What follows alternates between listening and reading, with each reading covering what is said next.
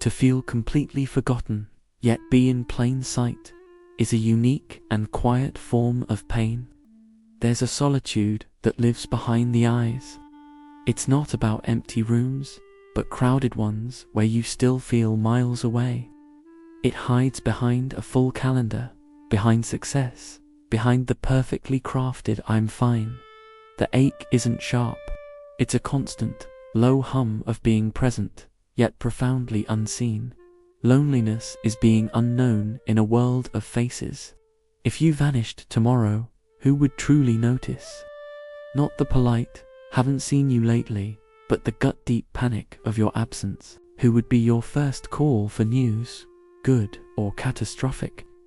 This isn't the loneliness of space, but of resonance. Your existence simply doesn't echo in another life. Common wisdom says people without friends are aloof, detached, or simply dislike others. The deeper truth is often the inverse. The capacity to feel runs too deep. They perceive the slight pause before a response, the flicker of disinterest in a smile, the energy drain of a one-sided conversation. Withdrawal becomes a sanctuary, not from people, but from the exhausting calculus of perpetual minor rejection. This experience rewires the mind. Prolonged social absence triggers the brain's threat response system, the same circuitry for physical injury. This is why loneliness can feel like a weight on the chest. Heart rhythms shift. Sleep loses its depth. The mind, built for tribe, scans a safe room for phantom threats. We evolved to need a witness to our lives. In the digital age, you can drown in attention and starve for connection. Being known and being understood are countenance apart. Solitude chosen rebuilds. Solitude forced erodes. This path is rarely a conscious choice. It's death by 1,000 paper cuts. A vulnerability met with indifference. A secret weaponized as gossip. A reaching hand that finds only air. The psyche learns a brutal lesson. Exposure equals pain, so you preemptively pull back. You master the art of being a pleasant ghost. You convince yourself you thrive in quiet, and for a time, it is peaceful. Control is a potent anesthetic, but undiluted isolation eventually shifts from medicine to poison. What happens inside that quiet? Your inner monologue becomes the only voice.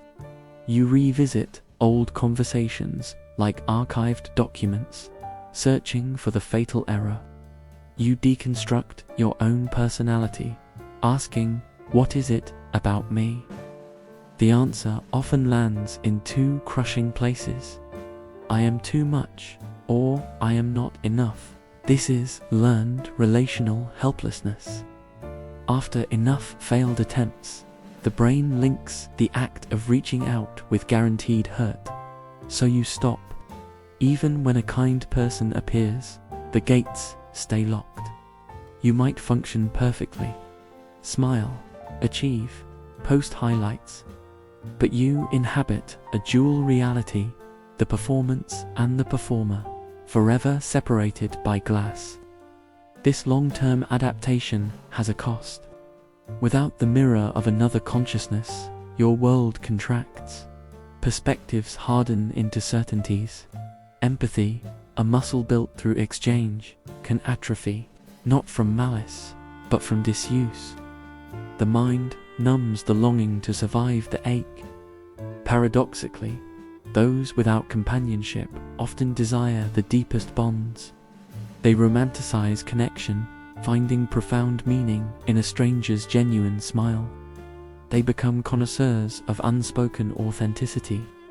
This hypervigilance, however, becomes a trap. You overinterpret a delayed text. You perceive rejection in neutral tone. You exit conversations before you can be exited. This cautious energy signals disinterest, pushing people away, thus confirming the core fear. It's a cruel, self-fulfilling prophecy. Time itself distorts. Days lose their landmarks. Weekends are just blanks on the calendar. Psychology confirms loneliness literally stretches and slows subjective time.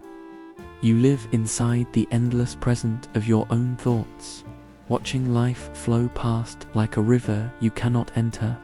Yet, within this void, profound self-awareness can root. Many of history's great artists and thinkers endured extensive solitude. The pivot point is agency. Was it chosen or inflicted? Chosen solitude cultivates. Forced solitude calcifies. One leads back to yourself. The other convinces you that you are the problem. Most people drifting in this space can't distinguish which is which. They claim, I'm an introvert, or I enjoy my own company, while a quieter part mourns the effortless laugh that doesn't need a preface. Friendship is the ultimate mirror. Without it, you can lose the shape of yourself, like a reflection fading in a misty glass. The core wound isn't just aloneness, it's invisibility. To exist without a witness feels like being a ghost in your own story. But here lies a second paradox. Those who know invisibility see others with startling clarity. They notice the person left out. They send the quiet check-in. They possess a deep empathy, precisely because they understand the cost of its absence. They could be extraordinary friends if someone first had the patience to truly see them. Healing begins not with finding others, but with recovering the self that got lost in the silence. It's grieving the versions of you that accepted breadcrumbs of attention, the one who muted their truth to avoid abandonment. Real connection can only grow where self-trust is planted first. If you believe your needs are burdensome, you will forever hide them, perpetuating the cycle. Your social self-concept, how you believe others see you, becomes distorted by past neglect. You assume new acquaintances will view you through that old, critical lens. Even kindness is met with suspicion. The real tragedy of chronic loneliness is this. It severs you from your own belief that belonging is possible for someone like you. But the brain is adaptable. Social trust can be rebuilt, neuron by neuron, through tiny, courageous acts. Replying to a message without editing it 5 times. Holding eye contact for a second longer. Saying yes to an invite despite the flutter of fear. It's not about becoming the life of the party. It's about relearning that your presence is allowed to occupy space. Those shaped by long solitude often possess a rare depth. They've studied humanity from the audience. They value sincerity over spectacle. They crave bonds that can hold silence, depth, and consistency. These aren't high standards. They are the foundations of real kinship. Yet, building them requires vulnerability, and to a heart that's been bruised, vulnerability feels like a tactical error. Imagine if connection was less about performance and more about permission. The people who are truly for you won't need you to be impressive. They will meet you in your quiet. They will sense your depth, not your deficit. The first step is often to stop chasing and start discerning. Loneliness can become a fierce teacher, clarifying what your spirit genuinely craves in companionship. This journey takes time. Start with the dialogue inside your head. When the inner voice whispers, "You'll always be alone," gently answer, "I am opening." Your mind learns through repetition. The more you affirm your own worthiness of connection, the more you'll recognize its possibility when it appears. Not having friends does not make you defective. It means your narrative has been written in a quieter font. Some of the most compelling stories are, the world isn't passing you by. It's waiting for you to step into it as your full, complex self. There will be a day when you sit with someone, and the silence between you feels warm, not heavy, you'll realize all those solitary years weren't a punishment. They were the forge. They tempered you into someone capable of holding a connection that is real, not just convenient. Until that moment, treat yourself with immense gentleness.